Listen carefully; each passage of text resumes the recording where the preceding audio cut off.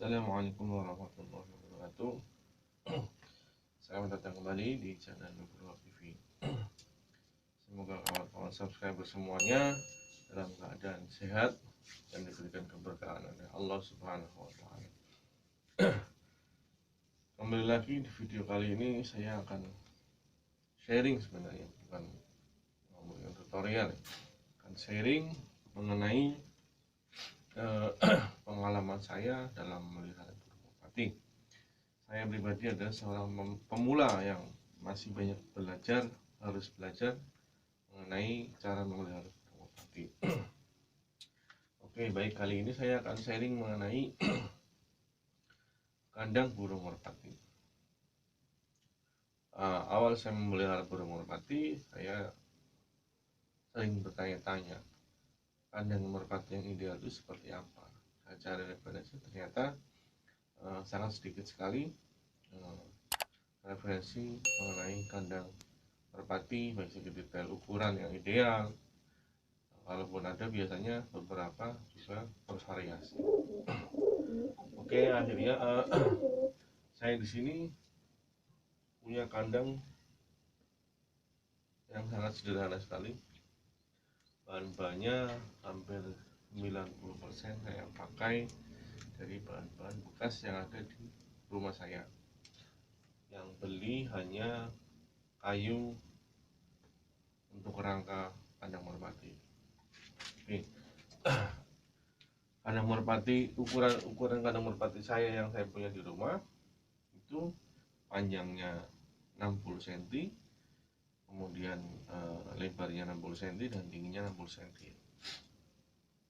Ini dipilih menurut saya paling ideal karena merpati akan punya tempat yang leluasa, dan kita pun sebagai memelihara mudah untuk mengambil merpati saat akan dijemur ataupun dilatih.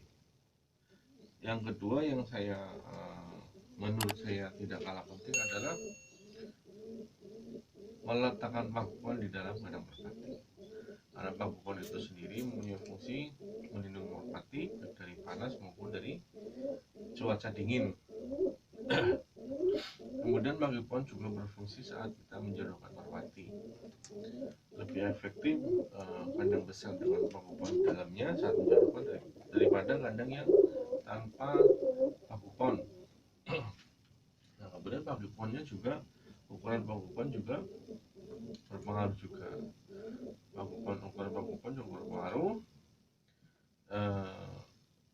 karena biasanya pakuan itu dipakai untuk merpati beristirahat, dipakai untuk merpati mengeram, terkadang juga dipakai untuk merpati kawin.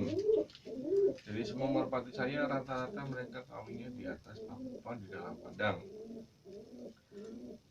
Pakuan bahannya juga macam-macam, mungkin bisa dilihat dari video tutorial saya mengenai membuat pakuan.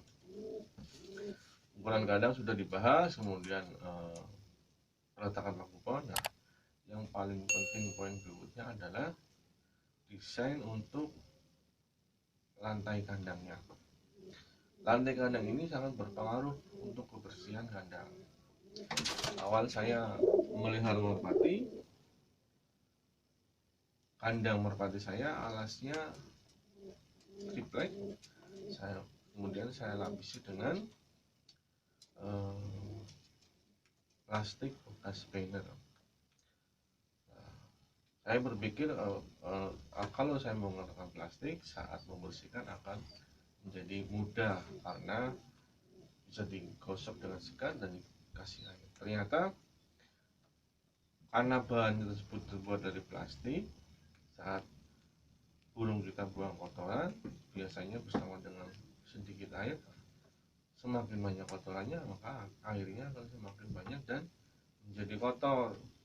Kemudian apabila kita memberikan makan dan minum di kandang, minumnya sering berserakan di kandang, makanan juga berserakan, maka kandang tersebut akan menjadi kotor dan bau. Maka kemudian setelah saya mencari referensi kepada senior, saya kemudian menggunakan alas triplek, tetap dengan triplek, kemudian diberikan karpet bekas.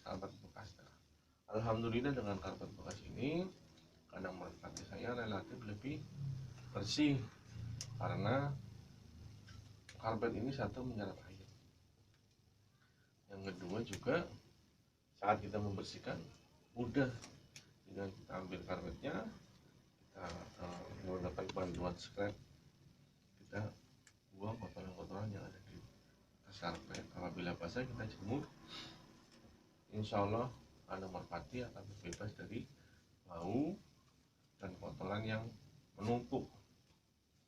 Nah, mungkin saya akan tunjukkan kandang merpati saya yang sangat-sangat sederhana. Oke, baik. Oke. Ini kandang merpati saya yang karena di sini kita menyebutnya pangkas. Ini merpatinya sedang saya jemur, kemudian sedang giring setelah cabut telur. Pintu kandangnya terbuat, oke, saya bahas dulu mengenai ukuran kandang. Di sini lebar kandang mulai dari ujung sini sampai ujung sini sekitar 60 cm, kemudian dari sini tingginya juga 60 cm, lebar ke dalam juga 60 cm.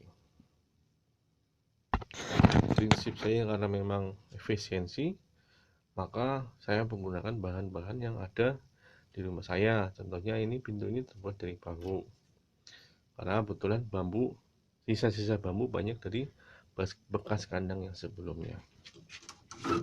Oke, ini pintunya seperti ini. Kebetulan ini belum saya pasang engsel ya, karena keterbatasan kemampuan saya. Pintunya masih seperti ini, sopot.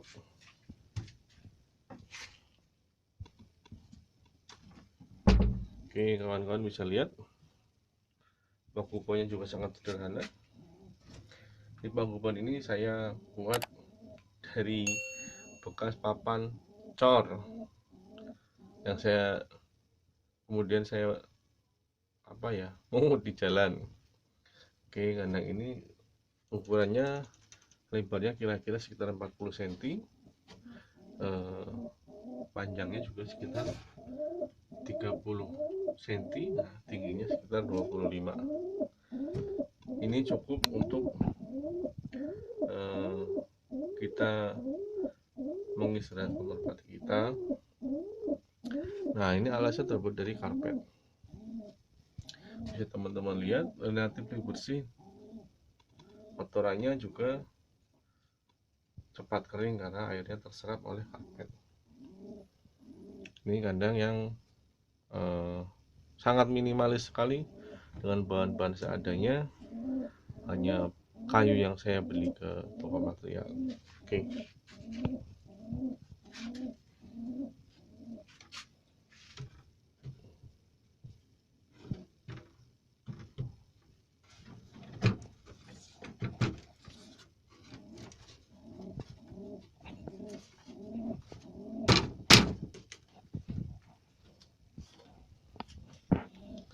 Ini kandang yang kedua.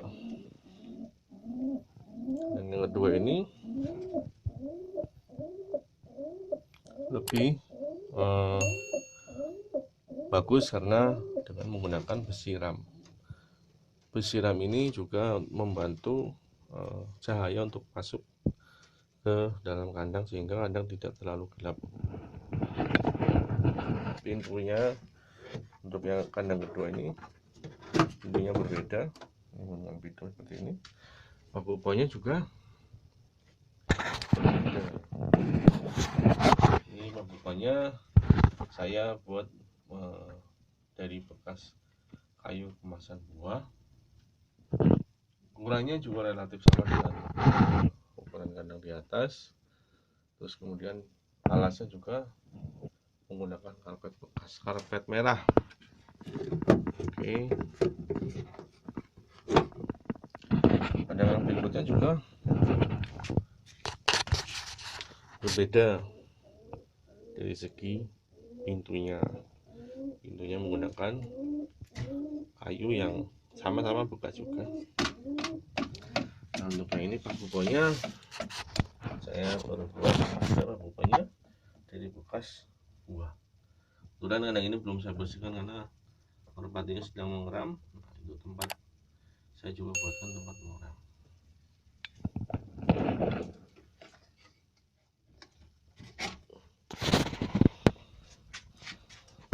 Baik, sampai di sini aja sharing dari saya.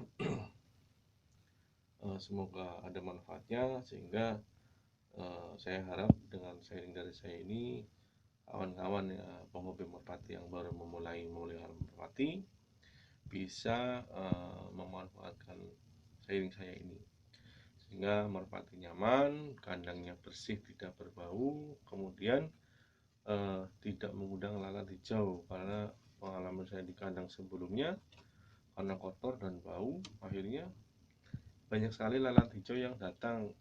Alhamdulillah dengan saya ganti seperti yang sekarang ini, sudah tidak ada lagi lalat-lalat yang berkeliaran di kandang. Dan merpati saya, alhamdulillah semua merpati saya produktif, rutin bertelur. Baik, sekian dari saya. Assalamualaikum warahmatullahi wabarakatuh. Jangan lupa klik subscribe, like, dan komen. Aktifkan juga loncengnya agar bisa melihat video-video terbaru dari saya.